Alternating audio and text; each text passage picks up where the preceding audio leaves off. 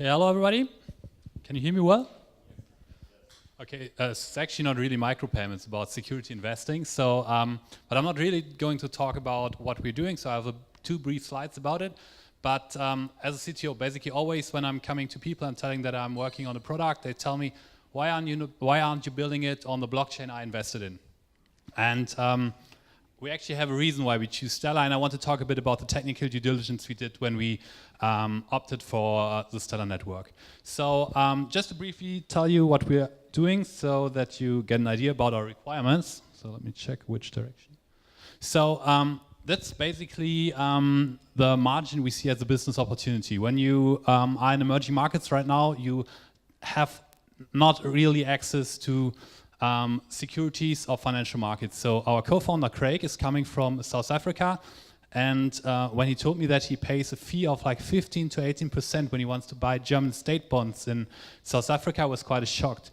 But the reasons for that are quite similar to that, to the reasons that Boris told us when he told us about cross-border payments. So in emerging markets, there's not a lot of regulations going on. So like when we are in the European Union, we have the BaFin and the FMA. Some of us love them, some of us hate them.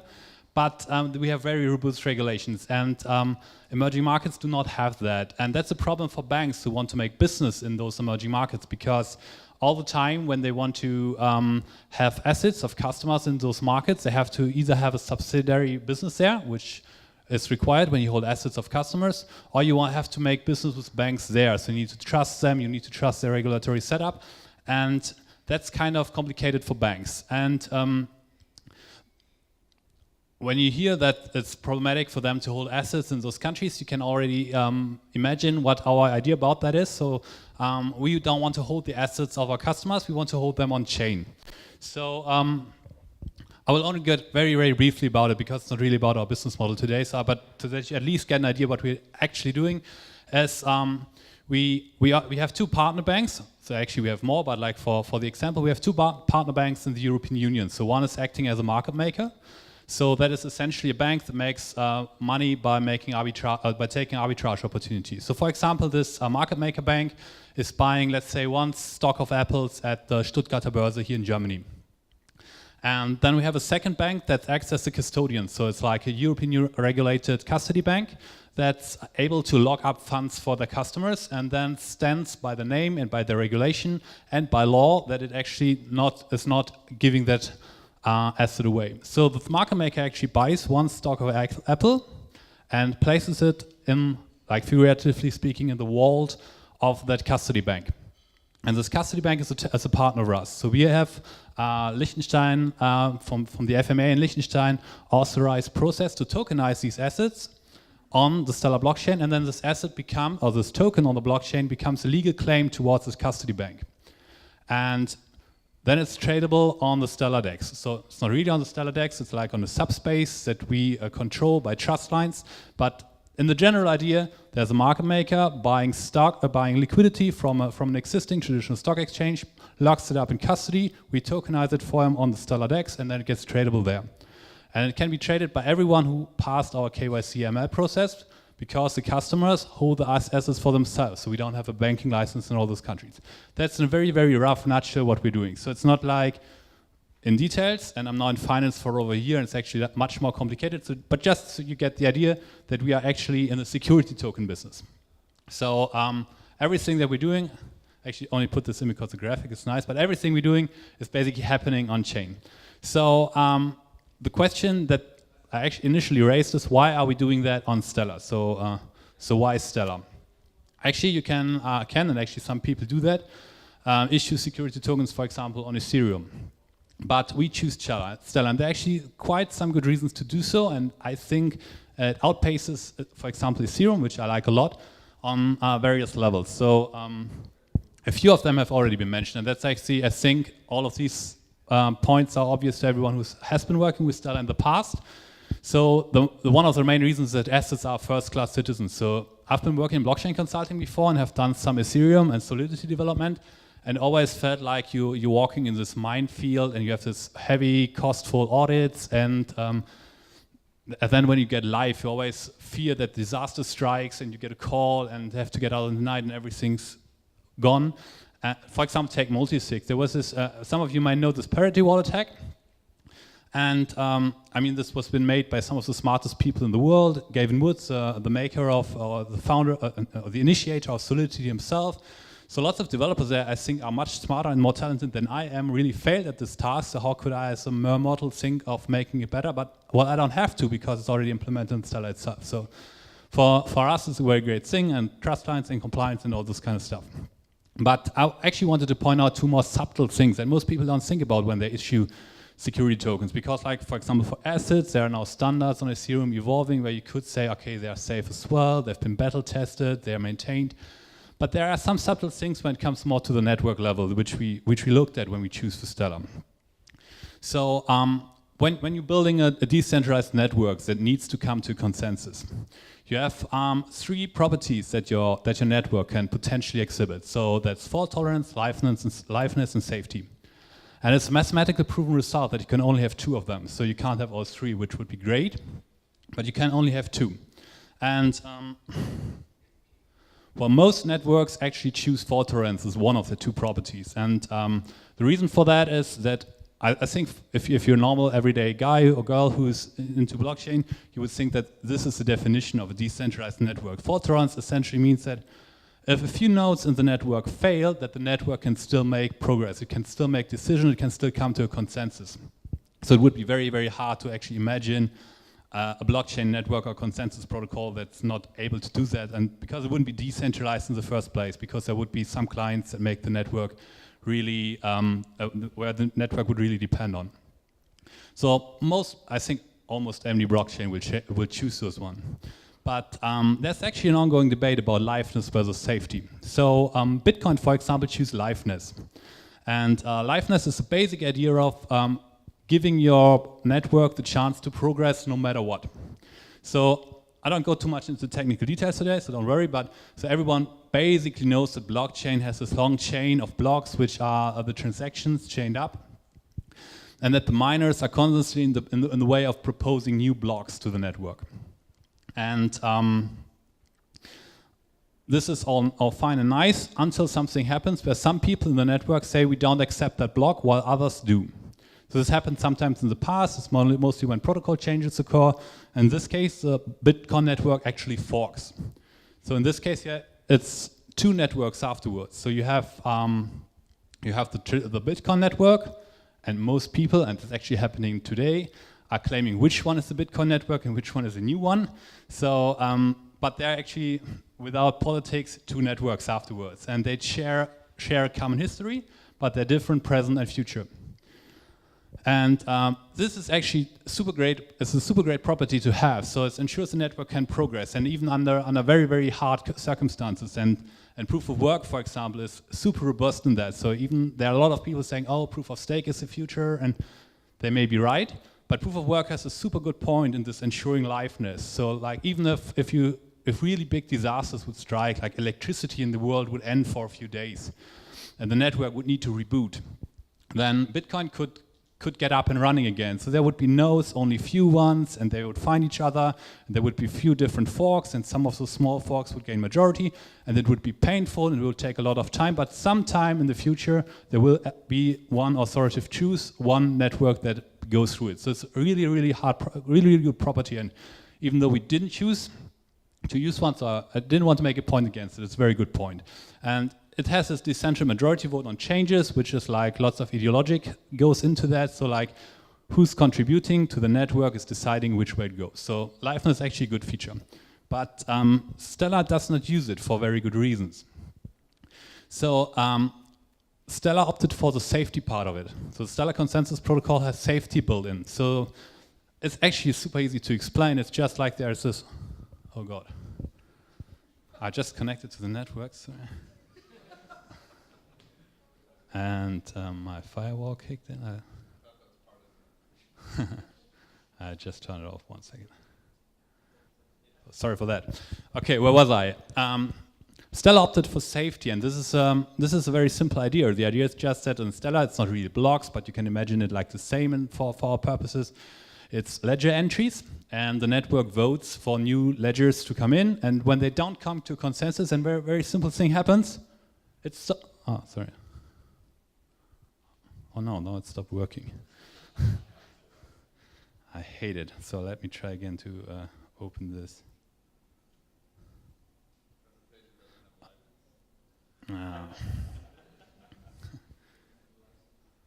I try one with one. If it doesn't work, then do it by hand.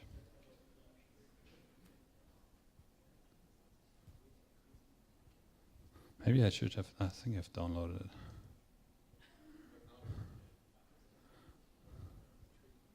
Let me check if I can continue with this one.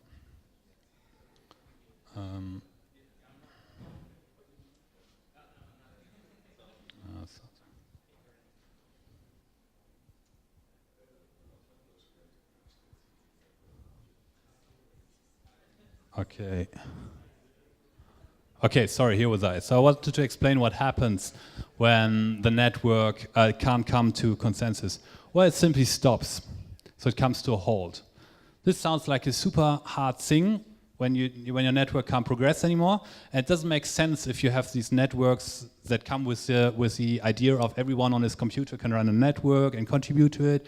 But if you have a network like, for example, Stellar has, where most contributors are really people with stake at it, like SatoshiPay runs validators, and we run one, and people like IBM runs one. They have an interest in connecting to the network and coming to and making it up again. So, but it can happen. So there may be a time when Stellar won't be live when some really disastrous things happen. So it's not likely, but it can happen. Much more likely than on Bitcoin. So why on earth would someone do that? So one of the reasons is that banks have this requirement, and we have this requirement as well. Because the safety idea comes to the point that there will never be multiple representations of an asset. And let that sink, because it happens a lot on Ethereum and Bitcoin that they fork, and then there are two different histories. And for us, we do have this kind of thing where we have a tokenization process where the token becomes the legal claim towards a custody bank. And I don't know, if we would do it on Ethereum, what would you do if it forks? Would you say, okay, we say the authoritative truth is the one where Vitalik posts about on Twitter, or when it's proof of stake, which is higher on CoinMarketCap or has higher hash rate? I don't know. It's a complicated thing. So when you have a legal claim representing the security, you have to have an answer to this. So there's actually some legal details where you can figure it out, but it's actually much easier if you're on a network that favors safety. So this is actually one of the main points we had in mind when we choose Stellar.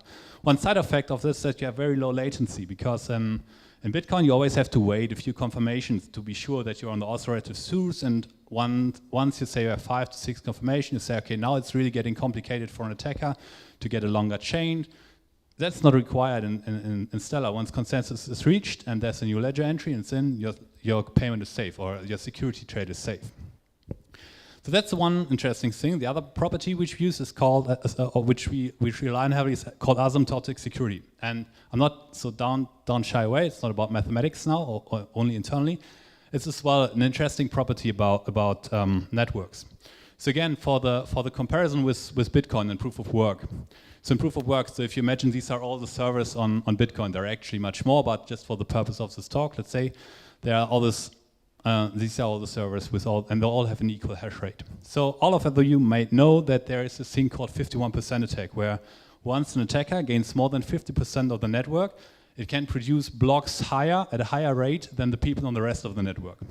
So the probability that it at some point will dominate the way that blocks are proposed is 1. So over time, so it's not happening immediately, but over time it will be creating the dominant blockchain, and can therefore basically say control the network, which is a problematic thing. But we're not really worried about it, because Bitcoin is so big and a lot of resources are required to do so. So at the moment, I don't know the actual price, but the hash rate at Bitcoin is really, really big. Even after all the forks, which took away some of the hash rate, is really big, and it's still the main fork. But some of the smaller chains have smaller blockchain networks have problems with this, and they go to dedicated hardware or do use different consensus algorithms and stuff like that. But one of the side effects of those things is that the value of your stolen goods would crash once the attack succeeds. So if there would be someone controlling the hash rate and people would notice on the blockchain explorer that there are weird things going on, and it would make news that Bitcoin has been hacked, then people would lose trust in the actual value of the assets, so the native token on the network. But for us it was a big problem because we're not dealing with the native token of the network. So as soon as like DSTOQ becomes really, really big, or some or other company on Stellar becomes really big, it may be interesting to actually put off a 51% attack in terms of the native currency, because you're not after the native currency, you're after the legal claim that we're issuing on the blockchain. Because this will still be worthwhile, because it's still be European Union regulated. You can go to the court and say, hey, I have this legal claim, and it would pose a problem for us. So we can't actually go to a network that allows 51% attacks. This is like a problem to us, or to basically security tokens when they want to become big. So the Stellar Consensus Protocol works quite differently. So it has, and this is very, very simplified, but in the general idea, it has this kind of interconnected trust lines. So each server publishes a list of servers it trusts. And since everyone does so, you have this interconnected web of those servers trust each other, and they trust each other, and they can discover those trust lines together, and this is called the quorum slice. There's a bit more of an involved set theory going on about how this is actually calculated, but the basic idea is that you require trust to get into this interconnected web of servers. And you don't need trust from a centralized entity, you need trust from a lot of those servers, because everyone chooses whom they trust on their own behalf. So as an attacker, you can't really get into this network. You don't know how to approach it, because you can't just spin up nodes and buy hash rate like spinning up Amazon servers if you have a lot of money. You need to gain trust to those people, and this is not really doable with money or with just buying computational power, because those people in the network do have stake there. Like, oh, we wouldn't like to work with a thief, and that's something most people want. So the only chance an attacker actually would have is to hack into those computers. And one of the things or features of Stellar is that they each vote that they do for ledger are signed by a cryptographic function. And this cryptographic function can theoretically be tuned, so it has some input values, like for example the key lengths or some properties of the underlying algorithm, which is an elliptic curve algorithm, which can just be made harder. So, and that's why there's this name asymptotic curve, because potentially you could tune it that not even the entire energy in the universe would be enough to hack this thing. So that's why it's called asymptotic. And it's for us an interesting thing, because we basically prevent that people can take over the network when they are after the native currency, because the network itself protects all the assets on the network. So I actually think this is already my last slide, so let me check. Oh yeah, it is. Okay, so I'm not sure, but I wanted to check the time. How fast was I? Okay, totally fine. So, I mean, the main idea about my talk was to give you a more involved idea about why we choose Stellar. So it's not just we took these buzzwords and wanted to go with it. We basically thought about this entire thing that rolls in IT, that you have to choose the right tool for the right job. So like every developer knows this kind of thing, and it's basic idea about the Unix bash and command line tools and all this kind of stuff. And for security tokens, there are not many blockchains that really try to make to be targeted for this kind of tool. So most things like Ethereum, I like Ethereum a lot, are powerful for everything. It's a Turing-complete language, and if you want to have the muscles of it, go for Ethereum. But if you have a specialized use case for security tokens, I'd recommend going for Stellar. Thanks.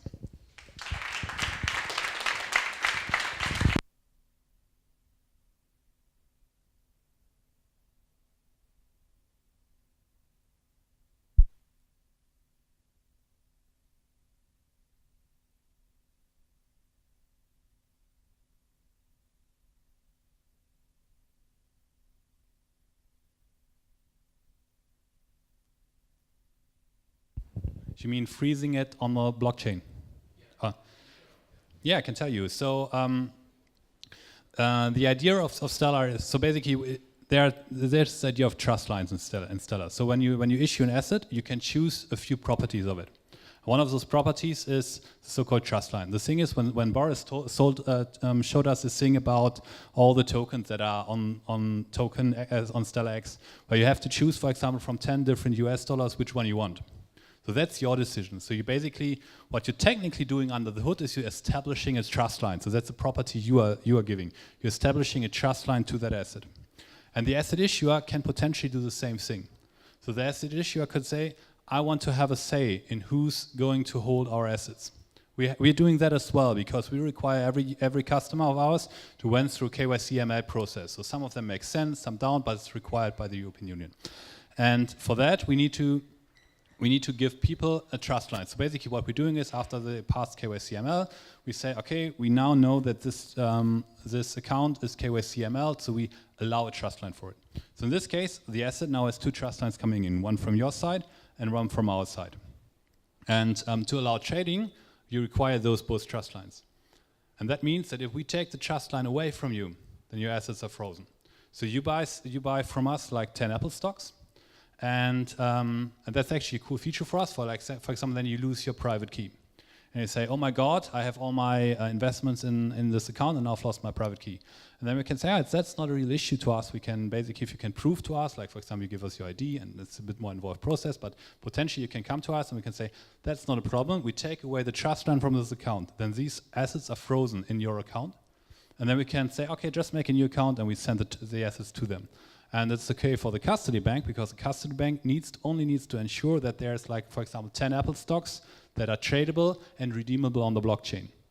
And since the 10 assets on your old account are now frozen because we took the trust line away from them, it evens out.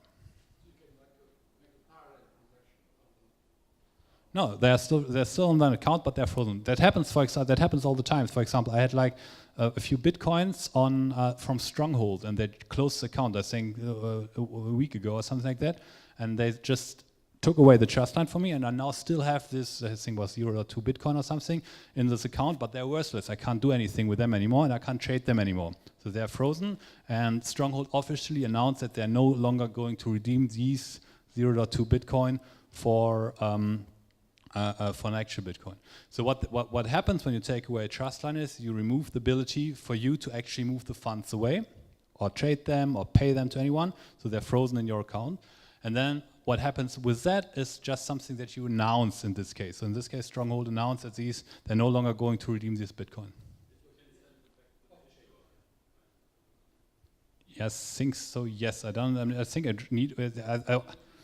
I mean, that's an actual thing. It's in the docs like that, but there was always a bug in the node, and I'm not sure if it's fixed yet. But potentially, yes, you should be able to do that.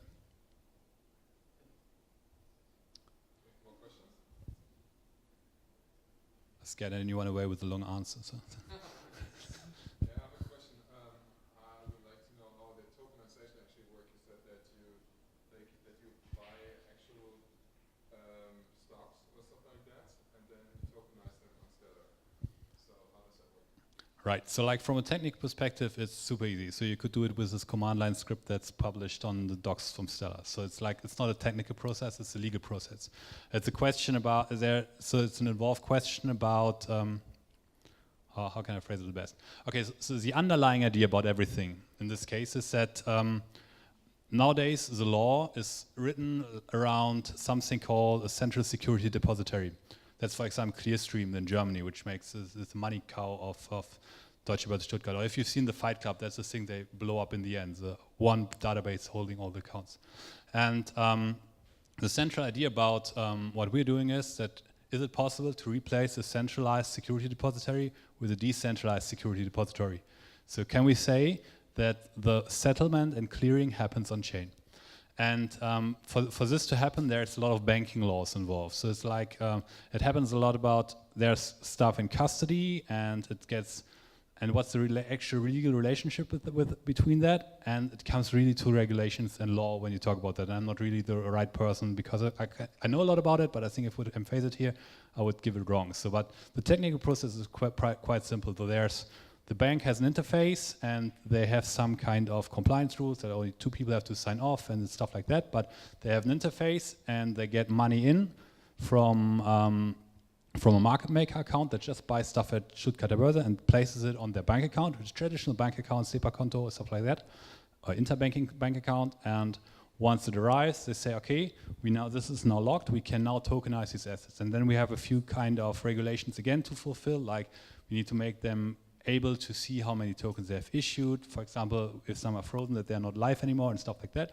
But essentially, it's just like, okay, there's now one Apple stock, so we issue one asset. So the technical process is super simple. I could like demonstrate it on the command line. But it's it's actually, the important point is that the connection between the token in the custody bank and the token on chain is not a technical one, it's a legal one. So you have an enforceable legal claim. So the tokenization, the entire process we went through with the FMA, the Financial Market Authority in Liechtenstein, was about getting this legal part right. It's not really the technical thing is just a thing that you do after that. It's not the part that's really complicated about it. Okay, thank you. Are there any more questions? Yeah, over there. I still didn't get, I mean, the 51% attack I understand, but why can you not, as a criminal, somehow win the majority in a quorum? And I mean, the 51% attack is technically really hard, and same is with winning the majority in a quorum, but it's not impossible, right? I mean, if IBM, which is now the biggest, who runs the most nodes right now, decides for some reasons to be criminal, what holds them back for influencing the quorum decision? That's a good question. So actually, it's true. If you control, I think it's 2/3, so 66% of the network, you could pull that off. Yeah, that's true. I mean, it comes a bit to how to bootstrap a network. So in the early days of Bitcoin, for example, there was this one guy who found out that it's much better to mine Bitcoin over the graphical processing unit than over the CPU, and owned all these out of the blue, the majority of the hash rate. And he got a mail back then actually from Satoshi himself, who said, hey, go easy on those GPU thing, because it may be dangerous to the network. And he was actually a solid guy who didn't go crazy on it. But at the beginning of the network, how do you bootstrap it? So at the moment we're at the place in Bitcoin where we say it's safe because it's so big. But by definition, this hash rate exists. Like, I mean, there are people contributing their power, and you can buy it, and that's true. But on Stellar, it's a bit different. So the network exists now for a while, and it would be actually quite hard to rebootstrap it. So if, like we would say, if you fork and use Stellar, that would be one of the problems you have to overcome, how to bootstrap the network. Like, for example, Ripple and stuff like that, they did it at the beginning with just a few nodes that are on a whitelist. IOTA does it roughly the same, and all these kind of things are complicated to bootstrap. Once the network is really big, then you have all these nodes that trust specific nodes. I think like everyone trusts maybe the Stellar core nodes, and a lot of people trust like the big nodes, like maybe from IBM, or they came later. But they when they start out, they say, okay, what kind of nodes do I want to trust? I'm choosing like Stellar, maybe Satoshi, and hopefully DSTOQ, and other people choose these other things, and then you have this kind of trust net. And if you just buy computers and spin them up, then you need to get somehow into this list of people who publish trust lines, because that's how how the votes are weighted afterwards. So it's kind of hard to get like to spin up a node and tell everyone, hey, I'm trustful. Why should people do that? I agree with binding power, you cannot do it, but let's say with a personal contact, you could do it. You somehow manage to manipulate, let's say, an employee of IBM, who's one of the people that controls the nodes, could actually do that. I'm actually not sure if IBM really controls 66% of the network. I think it's actually the target is that the banks who are onboarded by IBM will spin up their own nodes. But this is an argument that will go for every decentralized network. Decentralized networks are safe. The safer, the more decentralized they are. If it comes to a situation where most of the nodes are controlled by one entity, one could argue that it's no longer a decentralized network. That's an argument that will always be true. So no matter what you're doing. Yeah, but even if IBM turned evil tomorrow, Evila or evil. it wouldn't necessarily cause, havoc on the network, because people don't just trust them; they also trust a bunch of other nodes on the system. And it's as well a theoretical case. I mean, like if we could prove that the network has been hacked, it could. I'm not a lawyer, but I think someone could make the point that the legal claim is no longer valid. So I mean, like if you're buying some stuff with a stolen credit card, then the shop can still say, hey, I'm not going to deliver it to you because it was stolen. So and I think you're going into a lot of trouble for an unclear legal situation. So there are not many incentives to do so. But basic point is right. If the network goes more and more centralized, it gets less and less secure.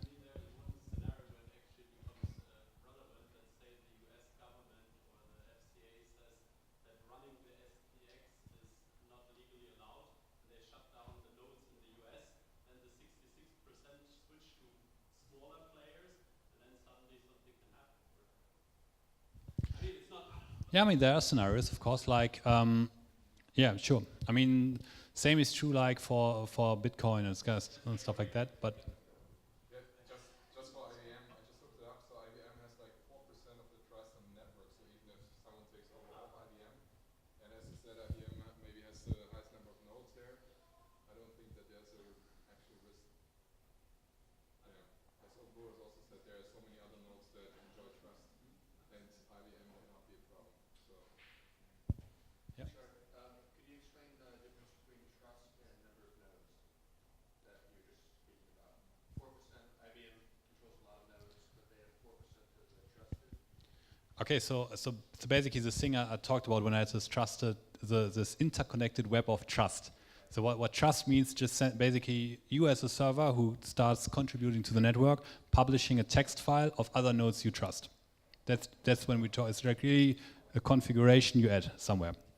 So and this is what all servers are doing, and the protocol forms from this a kind of set of people, a superset of people that trust each other, and due to different weights and lots of complicated set theory going on, they make a quorum slice where they say, okay, this vote is valid or not, and there's a threshold in it that lies.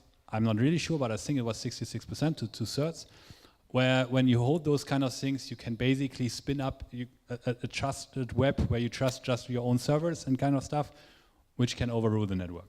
So yeah, this does exist, but you can't really just start spinning up nodes, because then you need to have the first nodes in this kind of trusted line lab, and then you have the second one, all this kind of stuff. So this was when I'm talking about bootstrapping. It's not just you can spin up servers at the numbers of 66% and then get in. So you need to already be in. So once it's bootstrapped, it's kind of hard to get in. So or to get a majority.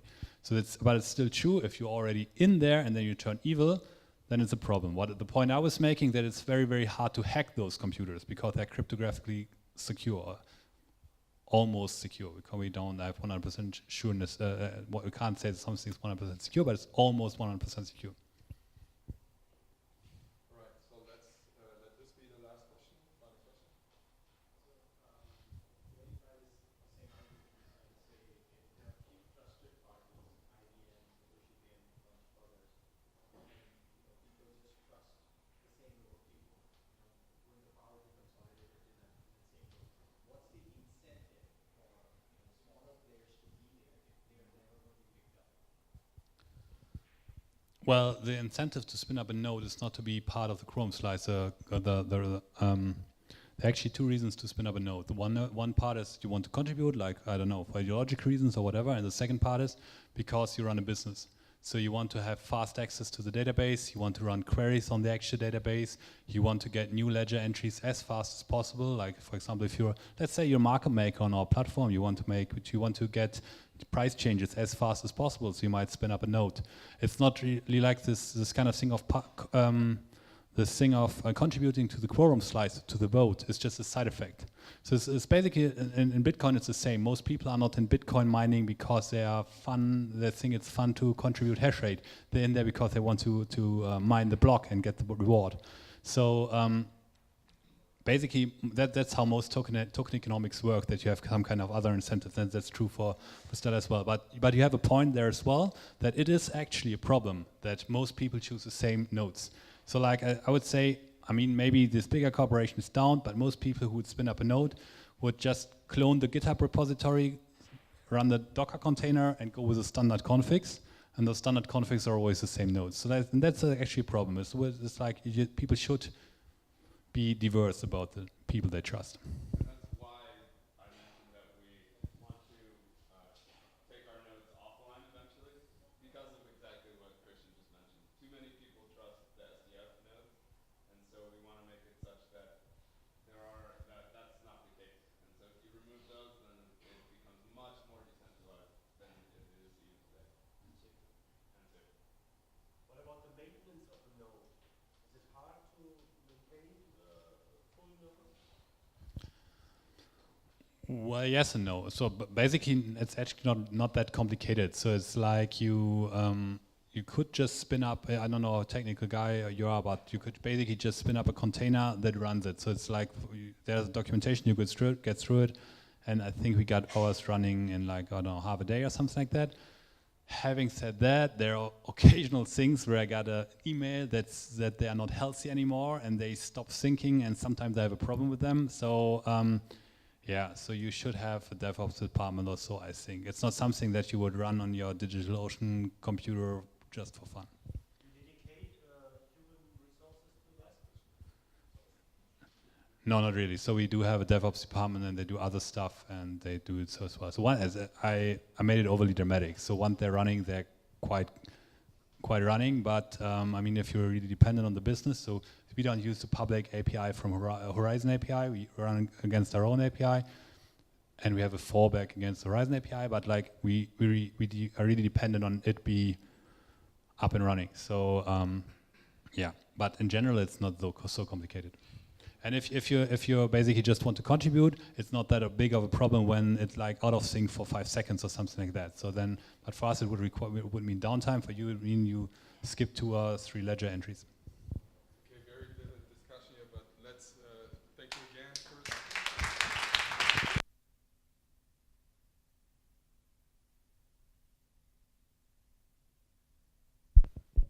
So I hope you enjoyed the night. I hope you enjoyed the talk. Thank you very much for being here. Of course, the night is not over. We have much more beer. We still have some pizza. So enjoy the rest of the night. I just want to point out that we have to close gates at 10 today. And I also want to mention the next Stellar Meetup. Of course, there will be a next Stellar Meetup again. We don't have a date yet. But we are, of course, happy to see you again.